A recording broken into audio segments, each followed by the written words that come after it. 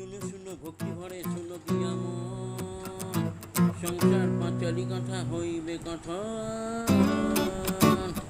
বউ বরের ঝগড়া হয় সাধারণ কথায়, ভালোবাসা থাকলে পরে প্রেম হয়ে যায়। স্বামীরা করে যখন বউয়ের যতন, বউ চালায় তারে নিজের মতন। মেয়েরা থাকে যদি নিজ মায়ের সাথে, সংসারের কাজ করে মায়ের হাতে হাতে। মা মেয়ের ঝগড়া কবু সত্য নাহি হয়, সংসার পাঁচালি কথা অমর হয়ে রয়। মেয়ে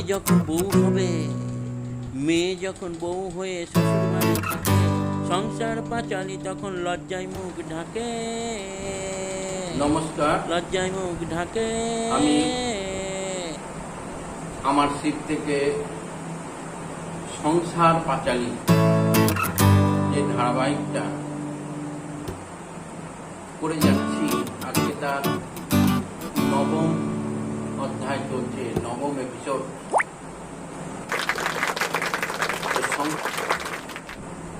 মানুষের মনে হবে যে সাধারণ ঘটনা দিচ্ছে, কি যে করছে, কোনো ভালো কিছু লাগছে না। কিন্তু আমি এমন জিনিস তুলে ধরব যেগুলো অভিনয় নয়, একদম বাস্তব পরিস্থিতি। মানুষের প্রত্যেকের সংসারে সেটা দেখা যায়।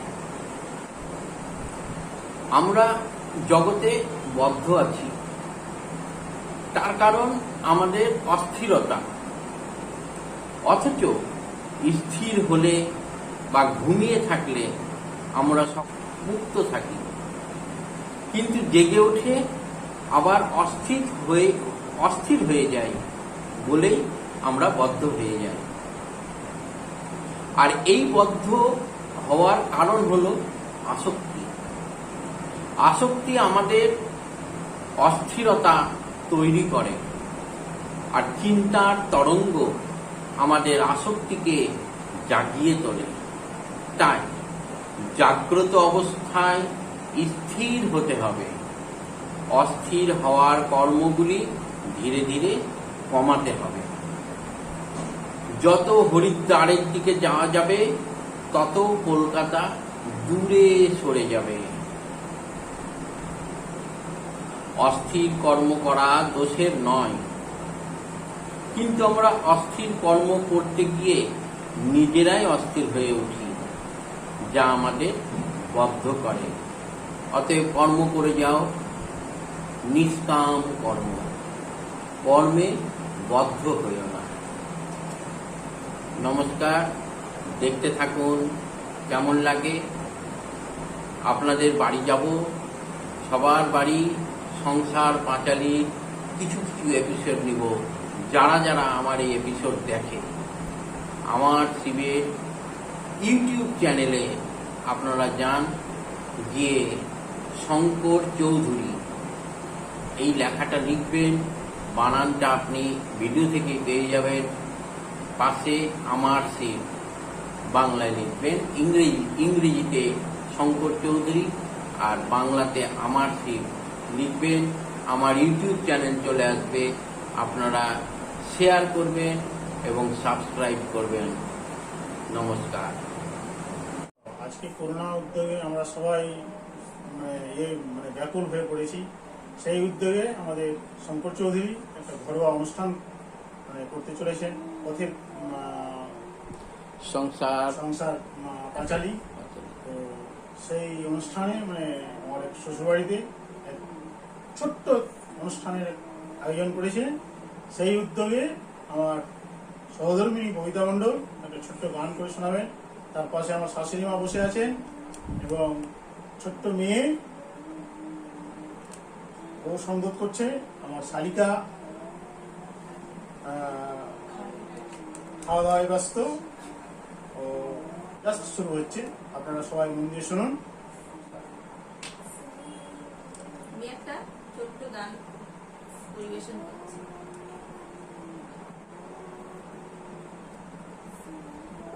শিব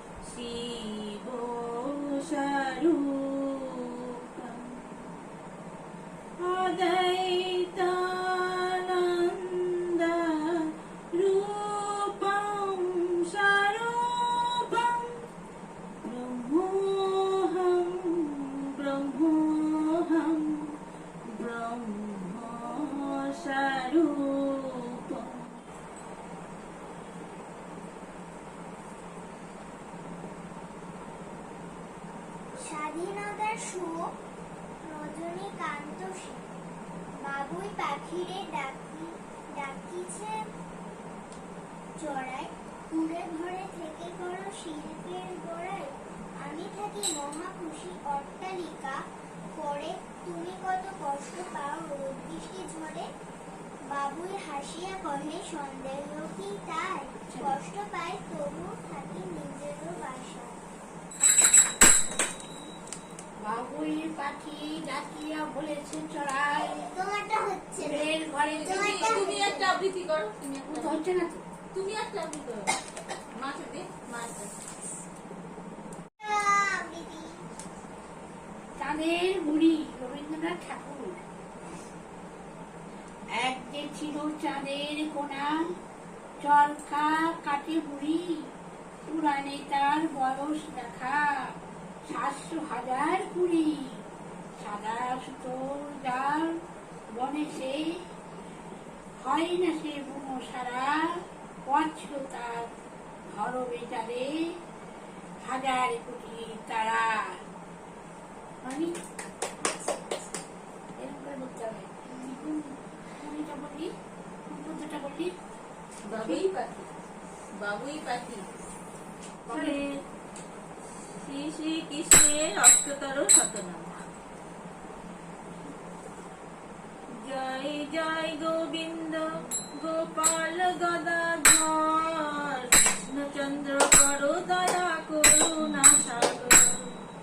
জয় রাধে গোবিন্দ গোপাল বনমালী, শ্রী রাধার প্রাণধন গোবিন্দ গোপাল গদাধর, কৃষ্ণচন্দ্র করো দয়া করুণা সাগর।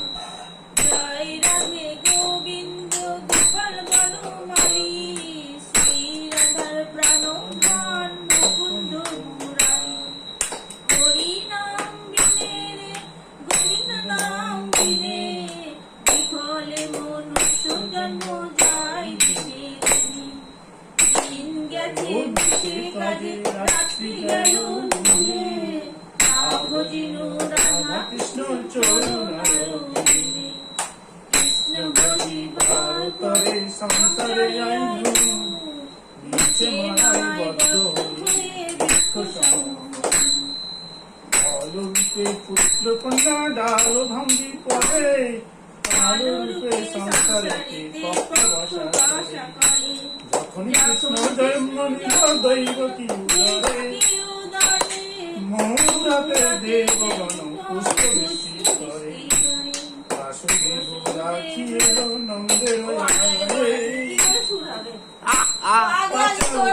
তুমি আগে আগে দৌড়াচ্ছ কেন? একসাথে করতে হবে না। পাঁচটা দেখে দেখে পড়ছে তাও পারছে না। আরে চোখে লাগছে না। তোর চশমাটা দেখি। চশমা নেই। চশমা নেই। বিনা চশমা তো বসেছিস। আমি মুখস্থ হয়ে যায়। এনে রাখো, এনে রাখো, এনে রাখো। নে, প্রথম থেকে। জয় জয় গোবিন্দ গোপাল গদাধর, কৃষ্ণচন্দ্র করো দয়া করুণা সাগর।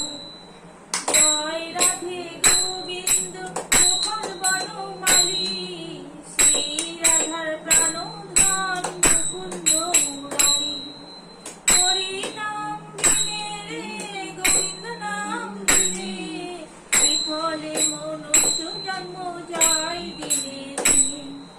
দিন গেছে মিছে কাজে রাত্রি গেল নিতে, না ভজিল রাধা কৃষ্ণ চরণারবিন্দে। কৃষ্ণ ভজিবার দ্বারে সংসারে আইলু, মিছে মায় বদ্ধ হয়ে বৃক্ষ কি করছিস? আচ্ছা বলো, তোমার ঝগড়াটা কেন হয়? তুইও তো মানুষ থাকো। আরে ভাই দুটা মানুষ থাকলে আমাদের ছোট মোটো জিনিস পায়।